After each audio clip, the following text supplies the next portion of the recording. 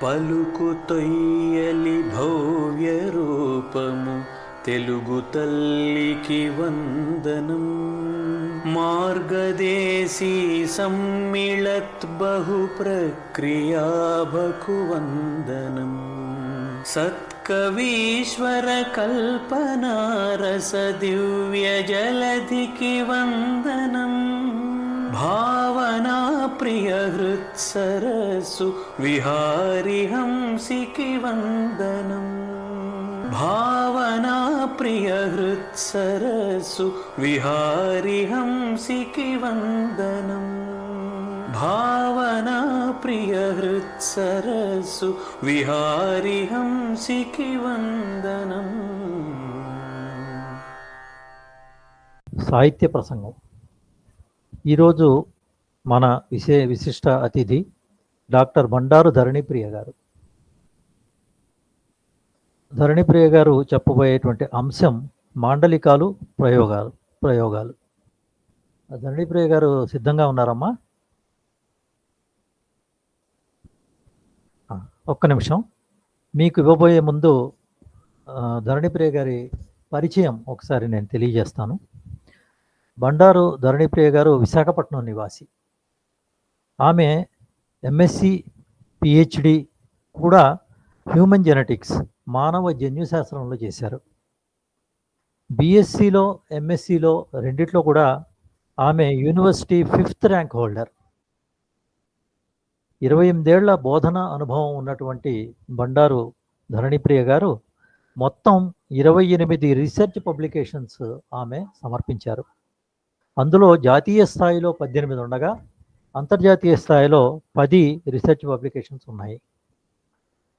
ఆమె ప్రస్తుతం నిర్వహిస్తున్న బాధ్యతలు ఏమంటే, విద్యాభారతి ఆంధ్ర ప్రాంతం కార్యకారిణి సభ్యురాలుగాను, అలాగే ఆంధ్ర ప్రాంత బాలికా విద్యా ప్రముఖగాను ఆమె ప్రస్తుత బాధ్యతలు నిర్వహిస్తున్నారు. చక్కటి అకాడమిక్ ఎక్సలెన్స్ ఉన్నటువంటి బండారు ధరణిప్రియ గారికి ఇచ్చినటువంటి సమయం 45 నిమిషాలు. అంశం మాండలికాలు ప్రయోగాలు. ధరణిప్రియ గారు, మీకు స్వాగతం అండి. మీరు 7:40 అయింది. ఇక్కడ నుండి 45 నిమిషాల పాటు మీ ప్రసంగం.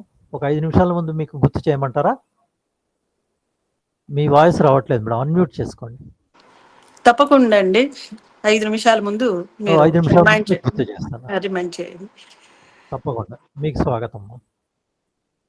భావనా ప్రియ 192వ శనివార సాహిత్య కార్యక్రమంలో ఉన్న సాహితీ ప్రియులందరికీ నా హృదయపూర్వక సాదరాభివందనములు.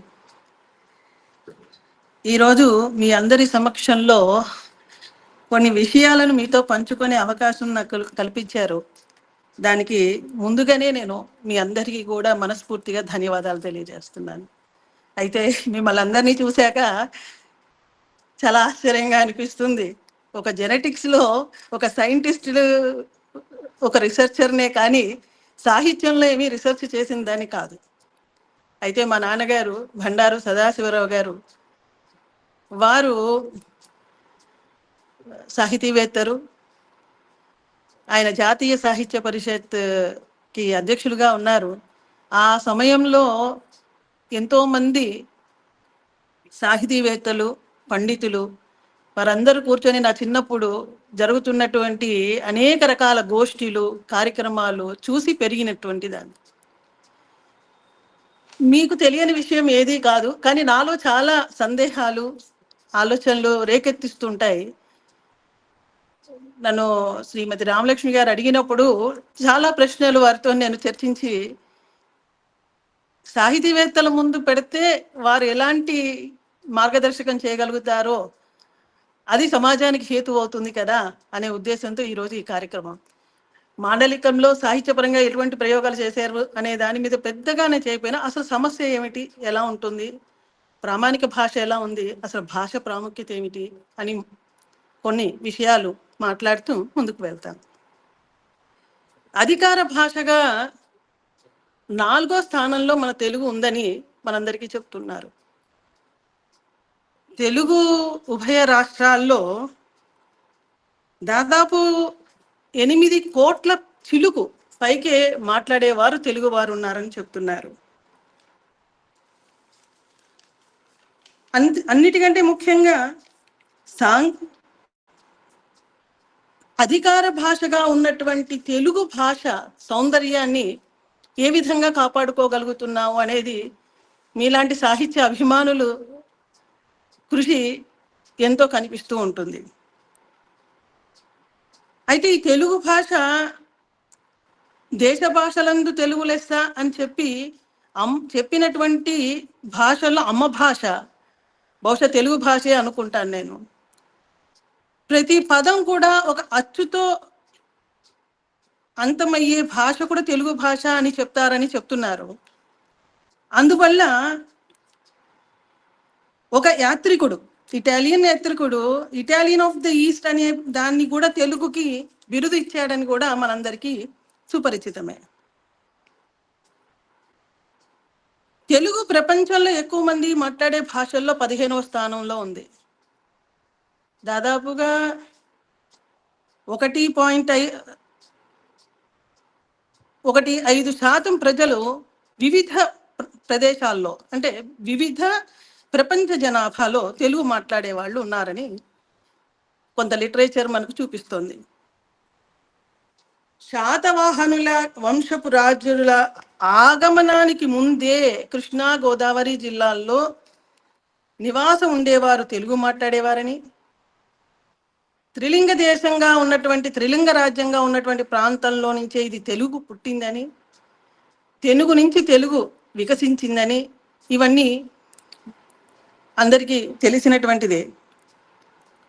అన్నిటికంటే అద్భుతమైనటువంటి ప్రక్రియ, వింటుంటేనే ఒళ్ళు జలధరించేది తెలుగులో అవధాన ప్రక్రియ. ఈ అవధాన ప్రక్రియ గురించి చెప్తున్నప్పుడు నేను చదివినటువంటి కొన్ని చోట్ల 22 అవధాన ప్రక్రియలు, అంతకంటే ఉన్నాయేమో నాకు తెలియదు, నేను చూసిన వాటిల్లో కనిపించింది 22 అవధాన ప్రక్రియలు తెలుగు భాషలో ఉన్నాయో అని చదవడం జరిగింది. అది నిజంగా సాధ్యమా వేరే భాషల్లో? సంధులు సమాసాలతో కూడినటువంటి క్లిష్టమైన భాష ఏంటంటే తెలుగు అని చెప్పి ఇప్పుడున్నటువంటి కాలంలో కొంత అపోహ ఉన్నప్పటికీ సాహిత్యం మీద ప్రేమ, అభిమానం, గౌరవము ఉన్నటువంటి సాహితీ పరులందరూ భాషకు వ్యాకరణం కొంచెం కష్టమే కావచ్చు, కానీ కష్టం ఉన్న చోటే సుఖం ఉంటుంది కదా అనేటి భావనా ప్రకటన మాత్రం అద్వితీయమైనది.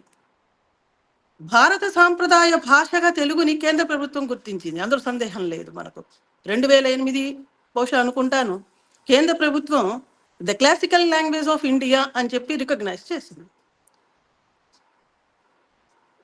1000 సంవత్సరాల పైకి చరిత్ర కలిగినటువంటి ఒక అమృతమైనటువంటి భాష, అమృత భాష తెలుగు భాష. దానిని చాలామంది సాహితీవేత్తలు చెప్తుంటారు, కమ్మనైనది, అమ్మ భాష, అమృత భాష, సుగంధ భాష, ఇలా ఎన్నో రకాలుగా పేర్లు నానుడికి ఇచ్చి దానిని ఒక ఉత్తమ స్థానంలో మనం కూర్చోబెట్టాము. అంటే దాన్ని అంటే నేను సాహిత్య భాష మాట్లాడితే బాగుండదేమో, తాంబూలం అని అంటారు కదా, అది ఇచ్చారనిపిస్తుంది. లిపిలో ప్రతి అక్షరానికి ప్రాముఖ్యత ఉంటుంది. అక్షరాలను బహుశా తెలుగు భాషలో ఉన్నన్ని అక్షరాలు బహుశా మరో భాషలో ఉండవనుకుంటాను.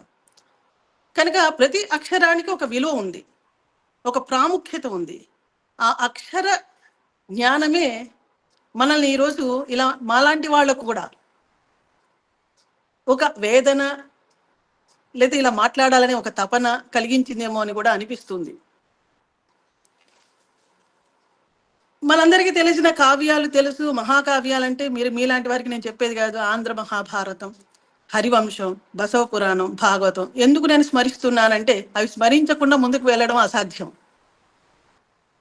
మహాభారతాన్ని మహాకావ్యంగానే కాకుండా మనం అది ఒక ధర్మశాస్త్రంగాను, వేదాంతంగాను, నీతి శాస్త్రంగాను, ఇతిహాసంగా కూడాను అంటుంటారని పెద్దలు చెప్తారు. మేము విద్యార్థులతో కూర్చున్నప్పుడు కానీ, బాలబాలికలతో కూర్చున్నప్పుడు కానీ అందులో ఉన్నటువంటి కొన్ని కథలు చెప్తూ ఉంటాం. ధర్మపరంగా కథలు చెప్పాలంటే మనందరికీ తెలిసిన ధర్మవ్యాధుని కథ చెప్తాము. అదే కాకుండా ఇంకో కథ చెప్పాలి అంటే గౌతమి లుబ్ధిక సర్పముచ్చకాల అనేటువంటి అంశం ఏదైతే ఉంటుందో దానిని తీసుకొని కథ రూపంలో చెప్తూ ఉంటాము. ఏనాటి మహాభారతం ఈనాడు కూడా సామాన్యుడి వరకు తీసుకువెళ్ళగలుగుతున్నాము. ఒకసారి పద్యం చదువుతాము, ఒకసారి ఆ పద్య వివరణ చెప్పడానికి ప్రయత్నం చేస్తాము, కానీ ఆ పద్యంలో ఉన్న సారాంశాన్ని సామాన్యుడికి అందచేసే ప్రయత్నం అనేది మాత్రం మనం చేస్తున్నాం. అదొక అద్వితీయం. రెండోది కనుక చూస్తే హరివంశం. ఈ హరివంశం గురించి చూస్తున్నప్పుడు నాకు అనిపించింది, ఇంత ఎందుకో ఎంఏ తెలుగు కూడా మధ్యకాలంలో చేయలేదు, చేస్తుంటే నాకు కూడా కొంత ఈ వాసన ఇంకా ఎక్కువగా ఉండేదేమో అని అనిపించింది. అదొక సుదీర్ఘ కావ్యం అని చెప్పి ప్రస్తావన చేస్తున్నారు. కావ్యం అనగానే ఏమనుకుంటాము, ఏదో ఒక సంపుటి లాగా అనుకుంటా, కానీ అక్కడ ఒక సాహితీవేత్త వివరిస్తారు, కవిత్వం దానికి నిధి అని. కావ్యంలో కవిత్వం గనక ప్రకటింపబడపోతే దానికి పూర్ణత అనేది ఉండదని. కావ్యానికి కవిత్వమే ప్రాణం. కావ్యంలో ఎక్కడైనా కవిత్వం లోపిస్తే కావ్యత్వ లక్షణాన్ని కోల్పోతుంది, అది నిర్జీవం అని చెప్పేసి సాహితీవేత్తలు పెద్దలు భావిస్తారు. అటువంటి హరివంశపు కథలు, హరివంశంలో ఉన్నటువంటి కథలను కూడా మనం చాలా వరకు అందచేస్తూ ఉంటాము. అసలు విషయానికి వస్తే మొట్టమొదట తెలుగు భాషలో వచ్చినటువంటి కావ్యం బసవ పురాణం. పాల్కురికి సోమనాథ కవి రచించినటువంటి కావ్యం. సరే, మనందరికీ తెలిసిన విషయం పోతన భాగవతం. పోతన భాగవత పద్యం చాలా సామాన్యుడికి కూడా అర్థమయ్యే పద్యం. పలికెడిది భాగవతం అటనే పలికించెడి వాడు రామభద్రుడట్ల పలికెద వేరుండు కాక పలుకక నేల. అది ఎంతటి వాడికైనా హృదయం కదిలించేది, ఎంత సామాన్యుడికైనా అర్థమయ్యేది. కనుక భాషని ఇంత అద్వితీయంగా, అద్భుతంగా సామాన్యుడి వరకు తీసుకొచ్చి ఒక ప్రామాణికంగా నిలిచినటువంటి మహాకావ్యాలు ఇవి. ఈ మహాకావ్యాల యొక్క ఆదరణ తగ్గకుండా వాటిని సమానంగానే చూస్తూ అభ్యుదయ కవిత్వం కానీ, ఆధునిక కవిత్వం కానీ, ఆధునిక గ్రంథాలు కానీ, ఆధునిక సాహిత్యం కానీ, ఆ ప్రక్రియలో బహుశా కాలానుగుణంగా, సమయానుకూలంగా, అప్పుడున్న పరిస్థితుల బట్టి సామాన్యుడిలో ఒక రకమైనటువంటి తేజస్సు కలిగించడం కోసమే కావచ్చు కొన్ని ఉద్భవించాయి. అప్పుడు అసలు ఆ రచనలు చేసేటప్పుడు ఎవరెవరు ఎక్కడెక్కడ ప్రాంతంలో ఉంటారో ఆ ప్రాంతపు యొక్క భాష యొక్క ఇన్ఫ్లుయెన్స్ దాని మీద పడింది.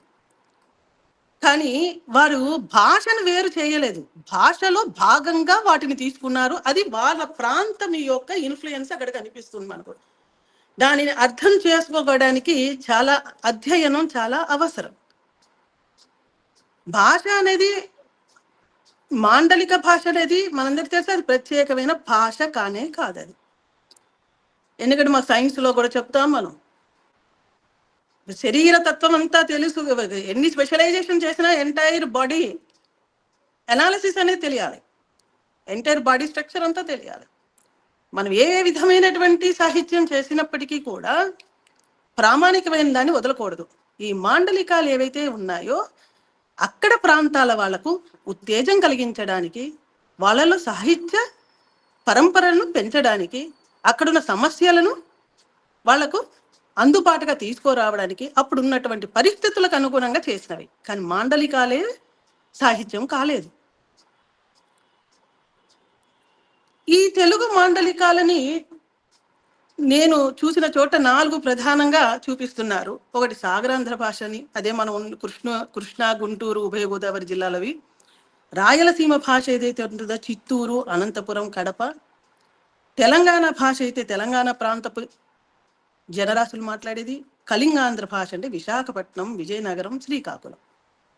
సరే, మనం ప్రస్తుతం విశాఖపట్నంలో ఉన్నాము, శ్రీకాకుళం మనకు దగ్గరగా ఉంది కనుక ఒక ఎగ్జాంపుల్ మనం చెప్పుకోవచ్చు. ఎలా ఉంటుంది అనే దానికి చెప్తే, ఒక జాతి సమూహాల్లో అనుబంధించబడిన ఒక మాండలికాన్ని సామాజిక వర్గం అని పిలుస్తారు. ఒక నిర్దిష్ట జాతి సమూహత అనుబంధించబడిన ఒక మాండలికాన్ని ఎథోలెఫ్ట్ గా పేర్కొనవచ్చు అని వివరించారు. కానీ భౌగోళిక ప్రాంతీయ మాండలికం రీజనలిస్టిక్ అంటాం. లింగ్విస్టిక్స్ దీనిలో మనం కనిపించేటువంటిది. ఫస్ట్ 1910 బహుశా దాదాపుగా ఆ సమయం నుంచే మాండలికాలను సాహిత్యంలోకి చొప్పించడం అనేది మొదలైంది. 1910. ఈ 19వ శతాబ్దంలో చివరి రోజుల్లో వేదం వెంకటరాయ శాస్త్రి గారు ఆయన రూపకాలన్నీ కూడా అచ్చ తెనుగు, జాన తెనుగు వాటితో ప్రచురింపబడినాయి, ప్రజాదరణ పొందిందాయి. మధ్య మధ్యలో వాటికి విమర్శలు, వాటికి రకరకాల కారణాలు కూడా ఉంటాయి. మనం అదే విధంగా చూస్తే అదే సమయంలో గురజాడ వారి కన్యాశుల్క నాటకం గనక చూస్తే విశాఖ ప్రాంతంలో ఉన్నటువంటి మాండలికం ఎక్కువగా కనిపిస్తుంది మనకు. సో వారు మాండలికమే రాయాలనుకోలేదు, కానీ వారు ఈ ప్రాంతంలో ఉండి ఇక్కడ ప్రయత్నం చేశారు కనుక ఇక్కడ ఉన్నటువంటి కొన్ని పదజాలాలు అందులో వాడటం అనేది జరిగింది. అంటే వాడుక భాషను ఒక ప్రయోగం చేసినటువంటి వ్యక్తి వారని మనం చెప్పుకోవచ్చు. తర్వాత వ్యవహారిక భాషా ఉద్యమం చేసినటువంటి గిడుగు మన వెంకటరామూర్తి గారు ఒకవైపు ఉంటే, అదే సమయంలో ఎక్కడ గ్రాంధిక భాష అంతరిస్తుందేమో అనేటువంటి కొంత వేదన కలిగి ఉన్నటువంటి జయంతి రామయ్య పంతులు గారు అటువైపు ఉద్యమం చేస్తుండేవారు. అందుకని మనం ఏమైనా చెప్పుకోవచ్చు అంటే, ఏమైనప్పటికీ, ఏ కాలం అయినప్పటికీ, ఎప్పటికైనప్పటికీ వాడుక భాషలు, మాండలికాలు ప్రయోగం అభ్యుదయ సాహిత్యంలో ఎక్కువగా కనిపించినప్పటికీ అదేమీ అతిశయోక్తి కాదు. ప్రామాణికమైనటువంటి ఏదైతే సాహిత్యం ఉందో దానిని మనం దూరం చేసుకోకూడదు. రెండు కూడా సమానంగా, సమాంతరంగా ప్రయాణం చేయాల్సిందే. మనిషికి రెండు కాళ్ళు ఉన్నప్పుడు రెండు కాళ్ళు సవ్యంగా ఉంటే ఆ భాష యొక్క, అలాగే ఆ భాషలో కూడా ఈ రెండు కూడా మనం ఇందాక వారు చెప్పారు మరువాడ గారు, నన్నయ్య కాలం నాటి దాన్ని ఏదైతే ఉందో శ్రీశ్రీ గారు కూడా అప్పటి సాహిత్యాన్ని ఏ విధంగా ఆహ్వానించారో అదే విధంగా ఎంత అభ్యుదయ కవిత్వం చేసినప్పటికీ ప్రామాణికమైనటువంటి ఏదైతే గ్రంథాలు ఉంటాయో, ఏవైతే సాహిత్యం ఉంటుందో దానిని తప్పకుండా కూడా మనం వీడనాడకుండా వాటిని సమాంతరంగా తీసుకెళ్లవలసినటువంటి బాధ్యత ఎంతైనా ఉంటుంది. వాటిని ప్రజల్లోకి తీసుకెళ్లాల్సిన బాధ్యత ఉంటుంది, కుటుంబాల్లోకి తీసుకెళ్లాల్సిన బాధ్యత ఉంటుంది, పిల్లల్లోకి చెప్పబడాల్సిన బాధ్యత ఉంటుంది. దీన్ని బట్టి మనకు అందరికీ తెలిసింది ఏంటంటే మాండలికాలు అనేది మనం దూరం చేయలేము, అవి సజీవం. మనం వాటి నుండి భూతకాలంలో ఉంది, ఇప్పుడు ప్రస్తుతం ఉంది, రేపు భవిష్యత్తులో ఉంటుంది. అయితే ప్రతి సద్విమర్శను మనం మనస్ఫూర్తిగా ఆహ్వానించాలి. కేంద్ర సాహిత్య అకాడమీ వారు ఒకసారి హైదరాబాద్లో ఒక కార్యక్రమం నడిపారు. దానిలో కేంద్ర తెలుగు కథానిక సాహిత్యం, బహుశా మీ అందరూ కూడా చదివే ఉంటారు అది. ఆ సభలో అక్కిరాజ్ రమాపతి గారు మాండలికాల సాహిత్యాన్ని సృష్టించడం మంచి పోకడ కాదు అని వారి భావనను ప్రకటించారు. దానివల్ల చాలా అభిప్రాయ భేదాలు వచ్చాయి. అయితే కొంతమంది చెప్తారు ఏదైనా సరే మితిమీరకూడదు, ఏ ప్రయోగమైనా మితిమీరకూడదు, అది హాని కలగకూడదు, ఒకరి మనోభావాలను బాధించకూడదు, ఒకరిని కించపరచకూడదు. కనుక మాండలికమే సాహిత్యం కాకూడదు. సాహిత్యంలో అక్కడ ఉన్న పరిస్థితులను బట్టి మాండలికం ఉండవచ్చు. ఈ ప్రయోగాన్ని ఎవరు కూడా కాదనటం లేదు. కనుక ఎందుకంటే మాండలిక ఆనాడు ఉన్నాయి, నన్నయ్య కాలంలో కూడా, వారి భారతంలో కూడా ఉంటుందని చెప్తూ ఉంటారు. ప్రతి కాలంలో ఆ కాలాను పరిస్థితులు బట్టి చెప్తూ ఉంటారు. సో భాషా చరిత్ర పరిణామ క్రమంలో సమగ్రంగా రూపొందించుకోవాలంటే ప్రామాణిక భాషతో పాటు మాండలికాలు కూడా సలక్షణంగా ప్రయాణం చేయాలి. అవి సలక్షణంగా బ్రతికుండాలి, సంవేదనాశీలతతో కలిగి ఉండాలి, సమాజానికి దగ్గరగా ఉండాలి, సహృదయంతో ఉండాలి, సద్భావనతో ఉండాలి. కానీ కుంచిత సంకుచిత భావాలతో మాత్రం ఉండకూడదు. అది అందరూ కూడా ఎవరైతే మాండలికాలను ప్రయోగాలు మితిమీరి చేస్తున్నారో వాళ్ళందరూ కూడా దృష్టి పెట్టుకోవడం వల్ల, ఎందుకంటే భాష మన ఉభయ తెలుగు రాష్ట్రాల్లోనే కాకుండా నేను ఎక్కడో చదివాను, హర్యానాలో కొన్ని లక్షల మంది తెలుగు మాట్లాడేవారు ఉన్నారని, తమిళనాడులో ఒక 2 కోట్ల మంది తెలుగు మాట్లాడేవారు ఉన్నారని, విదేశాలలో ఇందాక చెప్పుకున్నాము దాదాపు ఒక 1.15% of the persons are belonging to Telugu అని. ఇంత తెలుగు మాట్లాడే వాళ్ళు ప్రపంచమంతా వ్యాప్తి చెందినప్పుడు మనం వికృత రూపంలో గనక కొన్నిటిని చొరవ పెడితే అది ఎంతో దురదృష్టకరంగా ఉంటుంది. ఆ భాష అందాన్ని ఎన్నైతే చెప్పామో, ఇది ఆదరణీయ భాష, అమృత భాష, అమ్మ భాష, సుగంధ భాష, పరిమళ భాష అని ఏదైతే చెప్పుకుంటున్నారో, ఆ భాషను మనమే కించపరుచుకున్న వాళ్ళు అవుతావేమో అని అప్పుడప్పుడు నేను పేపర్లలో, టీవీల్లో, వీటిల్లో చూస్తున్నప్పుడు వాటిని ఒక రకంగా భరించలేనట్టుగానే అనిపిస్తూ ఉంటుంది.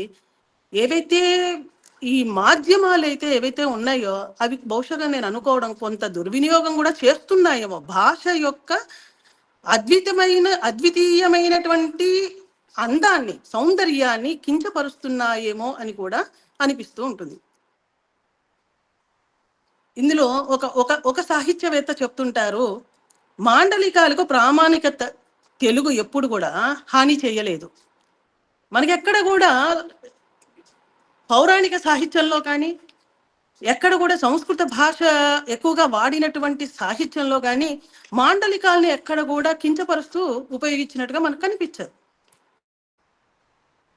మనందరికీ తెలుసు, మాట్లాడే భాష, నేను ఇప్పుడు ఇలా మాట్లాడుతున్నా అంటే అది నా ఇన్ఫ్లుయెన్స్, నా కుటుంబం యొక్క వాతావరణాన్ని బట్టి నాకు వచ్చినటువంటి భాష. నేను పనిచేసే చోట ఇంకో రకమైనటువంటి భాష ఉండొచ్చు. కనుక రాత భాష వేరుంటుంది, మాట్లాడే భాష వేరు ఉంటుంది. కనుక రాత భాష, రాసే భాష శాశ్వతంగా నిలిచిపోతుంది. కనుక మనం చేసేటువంటి ఏ రచన అయినా సరే అది శాశ్వతంగా ఉంచడం కోసం ప్రయత్నం చేయాలి, కానీ పాఠకుడు చదివి మర్చిపోయే స్థితికి తీసుకురాకూడదు అనేటువంటి భావన నాది. ఎందుకంటే ఇవాళ చాలా మంది చాలా చోట్ల కార్యక్రమాలకు వెళ్తున్నప్పుడు ఇస్తూ ఉంటారు, అన్యదా భావించవద్దు, నన్ను తప్పుగా అనుకోకూడదు. అవి కొన్ని చదవాలంటే కూడా ఎంత ఇదైపోయిందని, మన మాండలికాల గురించి మనం దెబ్బలాడుకుంటున్నాము. ఉర్దూ పదాలు ఉంటే అదొక అందం, ఇంగ్లీషు, తెలుగు, హిందీ, ఎన్ని భాషలు తెలుగు భాషల్లో చొరబడిపోతున్నాయో సాహిత్యంలో చూస్తే చాలా ఆశ్చర్యకరంగా ఉంటుంది. అది మరి సబబేనా కాదా మీలాంటి సాహితీవేత్తలందరికీ తెలిసే విషయం. ఎందుకంటే ఏ భాషకైనా ఇంగ్లీష్ మాట్లాడాలన్నా గ్రామర్ కావాలి, ఒక హిందీ భాష మాట్లాడాలన్నా గ్రామర్ కావాలి. అదే తెలుగు వ్యాకరణానికే ఎందుకు మనం దోషం పట్టుకొని కూర్చుంటున్నాము? ఎవరికి అభిరుచి ఉంటుందో వాళ్ళు అభివృద్ధి చేసుకుంటారు, ఎవరికి అభిరుచి ఉంటుందో వాళ్ళు పెంచుకుంటారు, కవిత్వాన్ని చేస్తారు, పద్యాలు రాస్తారు, ఆనందాన్ని అనుభవిస్తారు. కానీ వ్యాకరణం లేని భాష అంటూ ఉండదు. కనుక వ్యాకరణమే దోషం అన్నట్టుగా భావించేటువంటి వాళ్ళను మాత్రం క్షమించడం మంచిదా కాదా అది పాఠకులకే నిర్ణయం, అది సాహితీవేత్తలు చెప్పవలసిన విషయం. అది ఈ రోజుల్లో వివిధ దేశాల పరిచయాలు మనకు బాగా పెరిగాయి, రాకపోకలు పెరిగాయి, భాష పెరిగింది. తెలుగు మాట్లాడడం కుటుంబాలలో చాలా తగ్గిపోయింది. అసలు వాడే పదాలు ఆశ్చర్యం వేస్తుంటుంది. మేము కూడా ఏంటి అసలు ఎలా, ఇప్పుడు నేను మాట్లాడబోతున్నా కామన్ అనబోయాను. సామాన్యంగా అసలు మన తెలుగు ఉచ్చరించి మాట్లాడాలనే ప్రయత్నం చాలా తగ్గిపోతుంది. తెలుగు పదాలు అంతరించిపోతాయేమో అనేటువంటి ఒక భయాన్ని కూడా మనం ఊహించుకోవచ్చు. ఈనాటి సాహిత్యాలని, రచనల్ని పాఠకులకు వరకు వెళ్ళేటప్పుడు చాలా జాగ్రత్తగా ఉండవలసినటువంటి స్థితి ఇవాళ ఏర్పడింది. కాలక్షేప విషయాలుగా మాత్రం చేయకూడదు సాహిత్యాన్ని. ఆ సాహిత్యం ద్వారా సమాజానికి హేతుకరంగా ఉండాలి. ఈ రోజైనా సరే, ఆ రోజైనా సరే, ఎప్పటికైనా. కాలం మారింది కదా, మారుతూనే ఉంటుంది. మనలాగా మన పిల్లలు లేరు, మన మనవాళ్ళు ఉండరు, మన గ్రాండ్ చిల్డ్రన్ మనలాగా ఉండరు, మన దౌహిత్రులు వాళ్ళు మనలాగా ఉండరు. కనుక కాలం మారుతూనే ఉంటుంది. కానీ మారిన కాలంలో స్వభావం ఎలాంటిదైనప్పటికీ, వాటి విలువలు మారుతున్నప్పటికీ, ఎంత సర్దుకోపోలేనటువంటి విషయాలు ఉంటాయి. అవి ఎందుకు అలా ఉండాలి అనేటువంటి వివరణ ఇచ్చేటువంటి బాధ్యత మనది. కనుక ఇవాళ టీవీలో చూపిస్తున్నటువంటి కావచ్చు, సినిమాల్లో చూపిస్తున్నటువంటిది కావచ్చు, ఈ ఇంటర్నెట్లో కనిపిస్తున్నవి కావచ్చు, ఇన్స్టాగ్రామ్లో కావచ్చు, ఫేస్బుక్లో కావచ్చు, వాడే భాష తెలియకుండానే చిన్న చిన్న పిల్లలు కూడా చాలా దుర్వినియోగం చేసి మాట్లాడడం అనేది అయిపోయింది. దానివల్ల వాళ్ళకి సహజమైనటువంటి భాషా లోపం కూడా కలుగుతుంది. వాళ్ళు మాట్లాడే భాషకు లోపం కలిగే అవకాశం అనేది ఉంటుంది. భావన ప్రకటనలో ఇవాళ అందరికీ కూడా ఒక అయోమయం వచ్చింది. ఏ విధంగా కన్వే చేయాలి, ఏ విధంగా చెప్పాలి, ఎలా చెబితే ఎదుటి వాడికి అవుతుంది, ఇంగ్లీష్లో చెప్పాలా, తెలుగులో చెప్పాలా, తెలుగు ఇంగ్లీషు కలిపి చెప్పాలా, ఏ మాధ్యమంగా వెళితే అర్థమవుతుంది అనేది వచ్చింది. సిద్ధాంత రాహిత్యం మొదలైన అవలక్షణాలు పెరిగాయి. దానికి ఒక సిద్ధాంతం కానీ, ఒక విలువ కానీ, ఒక విషయ ప్రకటన కానీ, ఒక భావ ప్రకటన కానీ లోపిస్తోంది. కొంతమంది మహానుభావులు చేస్తున్నటువంటి శ్రమ నిజంగా ఏమవుతుందా అని అనిపిస్తూ ఉంటుంది ఇలాంటివి చూసినప్పుడు. ఎందుకంటే మనందరికీ తెలిసిందే, చెడునే ముందు చూస్తాం, మంచి తర్వాత ఆలోచిస్తాం. కనుక క్యాన్సర్ లాంటిదే చెడు ఇది. వీటిని ఆపవలసినటువంటి బాధ్యత బహుశా ప్రతి ఒక్క పౌరుడికి కూడా, తెలుగు పౌరుడికి ఉంటుందనే నా భావన.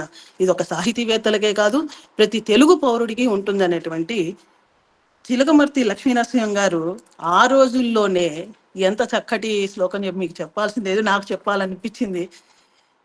భరతఖండము చక్కటి పాడియా, హిందువులు లేగదూడలై ఏడ్చుచుండ, తెల్లవారు గడుసరి గొల్లవారు.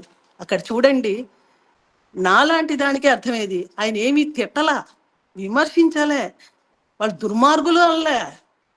కానీ మన మన యొక్క స్థితిని చెప్తూనే వాళ్ళకి సంబోధన ఇంకో రకంగా చేస్తూ వాడుక భాషలో పెతుకుతున్నారు. మూతులు మాట్లాడే స్థితి లేకుండా నోర్లు మూయించి ఎలా చేశారండి? అంత అద్భుతమైన సాహిత్యం సమాజం కోసమే చేశారు కదా. ఇవాళ రాజకీయంగా చేసుకొని సాహిత్యాన్ని సమాజానికి దూరం చేయడం అనేది మాత్రం చాలా సిగ్గుచేటు. అది అందరూ గుర్తించవలసినటువంటి విషయం. భారతీయుల నిశ్చయ స్థితినే ఆయన ఆ రోజుల్లో అలా చెప్పగలిగితే, మాండలిక అభిమానం దురభిమానంగా మారకూడదు. అది నా అభిప్రాయం. మండలికాల మీద మాట్లాడడం వల్లే మన లోకల్ పీపుల్తో ఎక్కడైతే ఉంటామో అక్కడ మనకు అభిమానం పెరుగుతుంది. అది సహజం. కానీ అది దురభిమానంగా పెరగకూడదు. జాతీయ దృక్పథం లోపిస్తుంది. అలా ఉన్నప్పుడు ఏమవుతుందంటే, మనం ఏదన్నా పని చేయాలన్నప్పుడు మొత్తం జాతికి ఈ భాషలో ఒకే దానిని ఒక ఏదంటారు పాటుపడుతూ పోటీ పడుతూ దానినే మొత్తం ప్రపంచానికి అందచేయాలని చేయడం వల్ల ఏమవుతుందంటే, ఎన్నో మాండలికాలు ఉన్నాయి, మిగతా మాండలికాల వాళ్ళు కూడా ఇబ్బంది పడేటువంటి అవసరం వస్తుంది, ఇబ్బంది వస్తుంది. నాకు కొన్ని ఆలోచనలు అనుమానాలు కూడా ఉన్నాయి.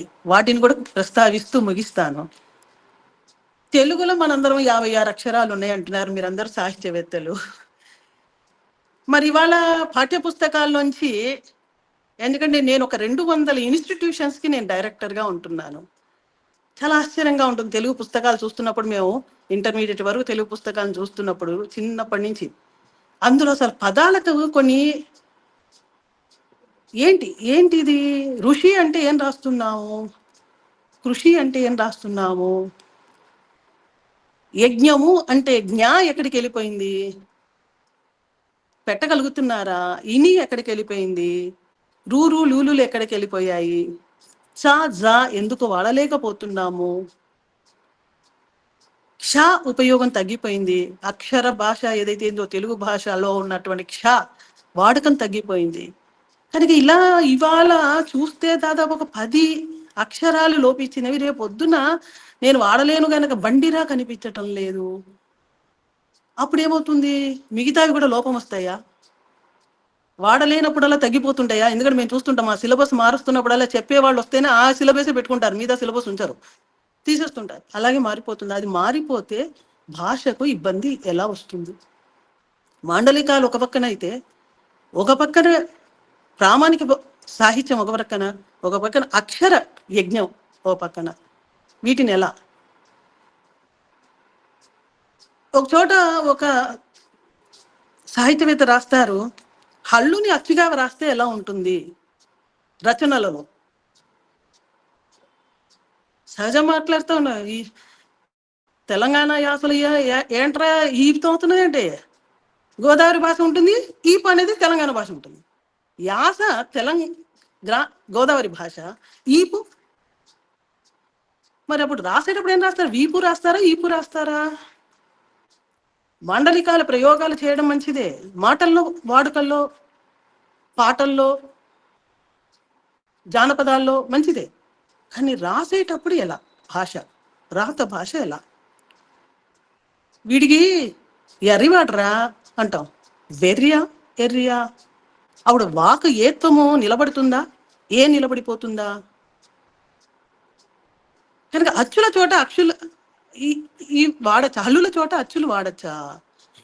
ఇదంతా కూడా సాహితీవేత్తలు కొంత దృష్టి పెడితే, అంటే నాలాంటి సామాన్యురాలికే అర్థమవుతుంటే భాష ఇంత ఇది ఉంటుందా అని నేను బహుశా నా మధ్యలో ఒక 2 రోజులు నేను చూడలేకపోయాను. నాకు ఈ విషయం చెప్పిన పంచి నాకు ముందు మీ అందరి ముందు నిలబడాలంటే భయం. అదృష్టం అండి అది. నిజంగా ఇంత సాహితీ సేవ చేయడం అంటే చాలా అదృష్టం, ఎన్ని జన్మల పుణ్యం ఉండాలి. అటువంటి వాళ్ళందరి ముందు నిలబడి నేను ఏం మాట్లాడగలను? నేను ఒక రీసెర్చే చేశాను. చదువుతున్నా కొద్దీ బహుశా నేను కొంత టైం అడిగి, ఇంకా కొంచెం టైం అడిగి చేస్తే బాగుండేదేమో, కొన్ని విషయాలను తెలుసుకునేదాన్నేమో, నేను తెలుసుకునేదాన్నేమో మీ ముందు ఉంచడానికి అని అనిపించింది. ఈ అక్షరాలన్నీ ఇలా మింగేస్తూ పోతుంటే ఇంకా భాష ఏం మిగులుతుంది అనేటువంటి ప్రశ్న నాలో ఉద్భవించింది ఇది ఈ విధంగా నేను చేయడం వల్ల. ప్రామాణిక భాషలో మాండలిక పదాలను వాడటం అనేది ఇది ఈనాటిది కాదని మనందరికి తెలిసిందే. అయినప్పుడు దాని గురించి ఎందుకు వాదులాడుకుంటున్నావు? అంటే దురాభిమానమే కదా, దుర్బుద్ధియే కదా. నా గొప్పతనము సమాజానికి హితువుగా ఉండాలి, కానీ సమాజానికి ఇబ్బంది కలిగేట్టుగా ఎందుకు నేను చేస్తున్నాను అనే ప్రశ్న ఎందుకు రావటం లేదు? కనుక ఇక్కడ మాండలికాల సమస్య రావట్లే, నేను అనేది సమస్య వస్తుంది. ఆ నేనులోంచి మనం బయటపడగలిగితే ఎప్పుడు కూడా మన భాష, తెలుగు భాష మణిరత్నంగానే ఉంటుంది, దాని వెలుగు ఎప్పుడూ తగ్గదనేటువంటి నా భావన. మనందరం చూస్తాం, సమయానుకూలంగా వస్తుంటారు బుడబుక్కల వాళ్ళు కానీ, తోలు బొమ్మలు ఆడించేవారు కానీ, పల్లె పాట పాడేవారు, జానపదాలు అంటా మనం వాళ్ళు కానీ, జంగాల వారు కానీ, వీళ్ళందరూ పాడే పాటల్లో ఏం కనిపిస్తుందండి మనకు? ఒక తత్వం, ఒక భక్తి, ఒక బాధ, ఒక వేదన, ఒక సామాజిక చింతన, ఇవన్నీ కనిపిస్తాయి. వీటిని దురుపయోగం ఎక్కడ చేసినట్లుగా కనిపించట్లేదు. కానీ వాళ్ళది కూడా మనమే తీసేసుకొని, వాళ్ళ ఉనికిని కూడా మనమే తీసేసుకొని మన సొంతంగా రాసేసి మనం ప్రజల మీద రుద్దడం ఎంతవరకు? పాఠకుల మీద అని ప్రజలు అనకూడదేమో, పాఠకుల మీద రుద్దడం ఎంత సమంజసం? ఈ మధ్య సామాజిక ప్రసార మాధ్యమం చాలా ముఖ్యంగా చెప్తున్నానండి, చాలా దురదృష్టకరము. రాష్ట్రం విడిపోయిందేమో కానీ మనసులు విడిపోలేదు, తెలుగు భాష చచ్చిపోలేదు, భాష అందరికీ ఒకటే. కనుక మనసుల్లో వికారాలు పెంచుకున్నారంటే అది దురదృష్టకరమే అవుతుంది, దూరమే అవుతారు. తెలుగు భాష కోసం మళ్ళీ ఉద్యమం వస్తుంది. అప్పుడు వారు ఉద్యమం చేశారో లేదో కానీ ఇప్పుడు మళ్ళీ తెలుగు భాష కోసం ఉద్యమం చేసేటువంటి అవకాశం వస్తుంది. కనుక దాన్ని ఇవ్వద్దు. ఏదైనా సరే మాండలికాలో ఎన్నో ప్రయోగాలు చేశారు, చాలా మీరు విమర్శలు చూసే ఉంటారు. ఏవి కూడా అంత సత్ఫలితాలు ఇచ్చినవి మనకు తెలియలేదు. ఎందుకంటే ప్రజలకు ఏమంటారు, అమృతంగా ఉండేట్టుగాను, ప్రజలు ఆదరణీయంగా ఉండేట్టుగాను, ప్రజారంజకంగాను ఉండేట్టుగాను ఉంటేనే తప్ప ప్రజలు ఆస్వాదించరు. కనుక ప్రయోగాలుగానే మిగిలిపోతాయే తప్ప ఆ ప్రయోగం ఎప్పుడు శాశ్వతం అవ్వదు. కనుక ఆ ప్రయోగం సత్ఫలితాలను ఇచ్చేటువంటి ప్రయోగం చేయాలనేది నా మనోభావన. చిన్న విషయం, మనకి ఎన్నిసార్లు చెప్పుకున్నా మన హైందవ జాతికి, మన భారత జాతికి సిగ్గనిపించేదేమో అనిపిస్తూ ఉంటుంది. బహుశా నిరంతరం మేము అదే కృషితో పనిచేస్తూ ఉంటాం కనుక చెప్తున్నాను. మన దేశాన్ని పాలించడానికి 5,000 మంది మాత్రమే వచ్చారు. కోట్ల జనాభా మనం ఉన్నాము. 250 సంవత్సరాలు పరిపాలించి వెళ్ళారు. ఆ రోజు నుంచి ఈ రోజు వరకు వాళ్ళ నీడను మాత్రం వదలకుండా అన్ని జాతీయ భాషల్లో మనం దురదృష్టకరం ఐడెంటిటీని కోల్పోతున్నాం. అది ఒకసారి మననం చేసుకుంటూ, యుద్ధాలైనా రావచ్చు కానీ ఆ యుద్ధ రణభూమిలో మనదే విజయం కావాలి, ఆ విజయంలో మనమే ఉండాలి, మన భాష నిలబడాలి. ఏదైతే మనకు కేంద్ర ప్రభుత్వం ఇచ్చినటువంటి సర్టిఫికేట్ ఏదైతే ఉందో, క్లాసికల్ లాంగ్వేజ్ అని చెప్పి దాన్ని నిలబెట్టుకోవాలి. అన్నిటికంటే మించిది ఇందాక అన్నమాచార్య మన త్యాగరాజ కీర్తన పాడారు. అనేక సంగీతం, కర్ణాటక సంగీతంలో భాష గొప్ప భాష, మన భాష. అనేక సాహిత్యంలో మన భాష, అనేక ఇందా చెప్పాను అష్టావధానం చేయడం, శతావధానం చేయడం, సహస్రావధానం చేయడం. ఆడపిల్లలు కూడా దేశ విదేశాలకు వెళ్ళి అద్వితీయంగా వాళ్ళ యొక్క విజ్ఞతను ప్రదర్శించడం నిజంగా అమృత భాషే తెలుగు భాష. మాండలికాల పేరుతో ఎవరు కూడా గొడవ పడకూడదనేటువంటిది నా యొక్క అభిప్రాయం. అందులో ముఖ్యంగా ఆంగ్ల భాష తాకిడి ఎక్కువైంది. అన్ని స్కూల్స్ ఇంగ్లీష్ మాధ్యమంగా నడుస్తున్నాయి. మొక్కే వంగంది మానే వంగది అంటారు. పసిపిల్లల్లో తెలుగు అక్షరాలు నేర్పడేటువంటి పరిస్థితి పోయింది. ఇవాళ న్యూ ఎడ్యుకేషన్ పాలసీ ఏదైతే ఉందో, న్యూ ఎడ్యుకేషన్ పాలసీలో ఫౌండేషన్ స్టేజ్ ఏదైతే ఉందో, పాఠశాలలకు కూడా వెళ్ళి ఆ చిన్న పిల్లలకి మనం తప్పకుండా కూడా భాష యందు అభిమానం కలిగించేటు తెలుగులో చిన్న చిన్న పిల్లలకు ఆ ఆనందాన్ని కలిగించి ఆ ఇంగ్లీష్ రైమ్స్ కంటే తెలుగులో మనం కూడా కొత్త కొత్త రచనలు చేస్తూ కొత్త కొత్త చిన్న చిన్న పలుకులతో వాళ్ళకి చేస్తూ పుస్తకాలు కూడా తయారు చేసి మనకు ఎవరైతే రాజకీయ నాయకులు ఉన్నారో వాళ్ళు కూడా దృష్టి పెట్టి మన భాష సంరక్షించుకోవడంలో వాళ్ళు కూడా, మీరందరూ ఎంత తపస్సు చేస్తున్నారో ఆ తపస్సులో వాళ్ళు కూడా ఆ యజ్ఞఫలం అనుభవించడానికి కొంత ప్రయత్నం చేయాలనేది ఈ భావనాప్రియ ద్వారా నా అభిప్రాయాన్ని తెలియజేస్తున్నాను. చివరిగా నాకు ఒక శ్లోకం, విదుర నీతిలో ఉన్నటువంటి ఒక శ్లోకం ఇష్టం. ఆ శ్లోకం చదివి దానితో నేను ముగించడానికి ప్రయత్నం చేస్తాను.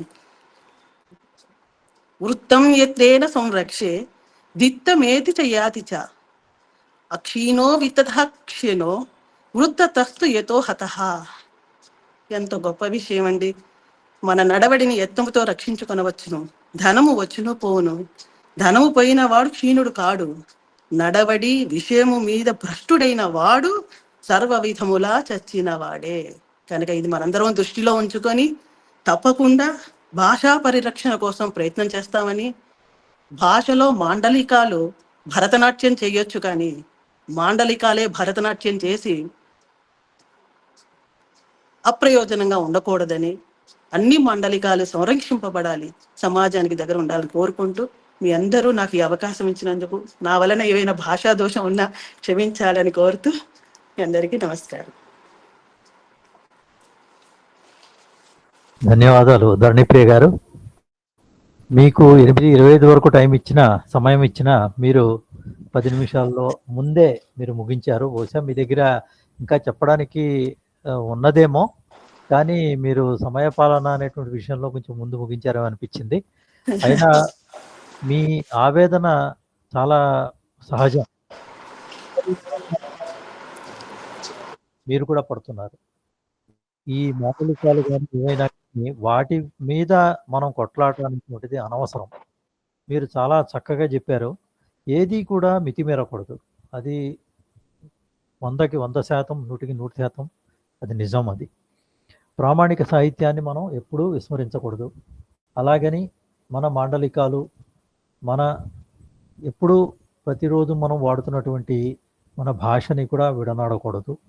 రెండూ కూడా మనం రైలు పట్టాల వలె తీసుకొని మనం దాన్ని ముందుకు నడిపించాల్సినటువంటి అవసరం ఉంది. మనం ఎన్ని చెప్పుకున్నా కూడా మీరు అన్నట్లు తెలుగు 4వ అధికార భాష, 8 కోట్ల మంది చదువుతున్నారు, వాడుతున్నారు. ఏమున్నా కానీ ప్రభుత్వం, రాజకీయ నాయకులు తలుచుకుంటే కానీ కొన్ని విషయాలు చేయలేరు. అది రాజులు, ప్రభుత్వం అంటే ప్రభువులు, రాజులు ప్రభువులు. ఇప్పుడు ఎలా ఉందంటే ప్రభువు ఏదన్నా చేస్తే అది సబబు, అది అని సామాన్య ప్రజానీకం అనుకుంటూ ఉంటారు.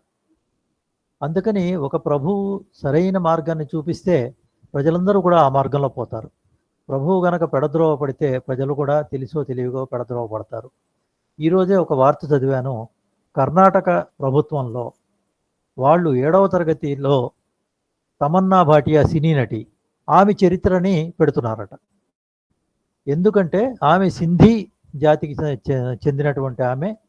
సింధీలో ఉన్నవాళ్ళు కొంచెం ప్రామాణికంగా ఉన్నవాళ్ళు ఎవరు అని చూస్తే ఆమె పేరు ప్రతిపాదించి ఆమెను పెట్టారు.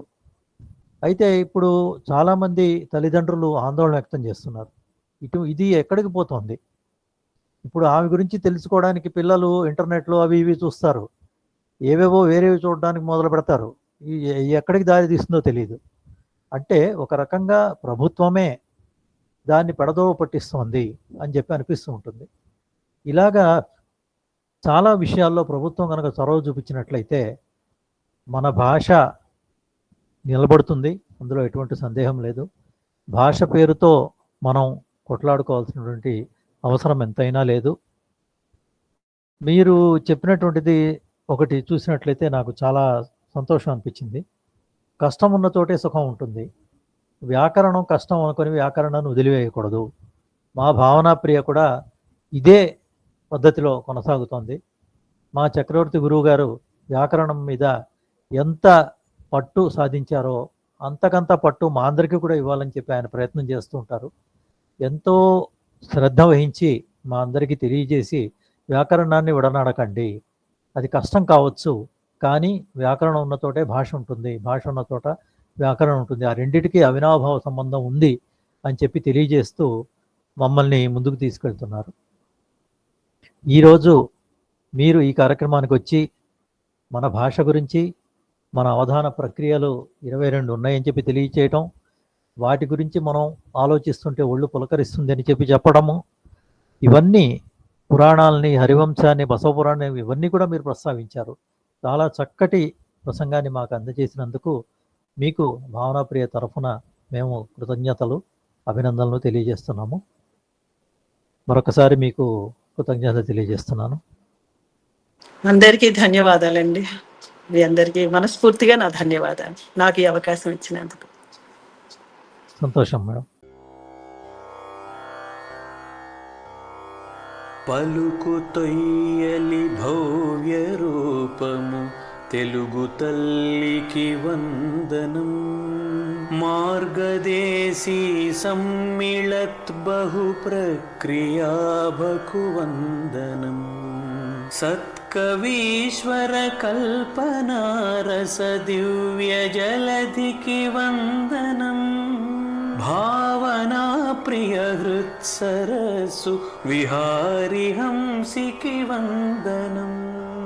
భావనా ప్రియ హృత్సరసు విహారి హంసికి వందనం. భావనా ప్రియ హృత్సరసు విహారి హంసికి వందనం.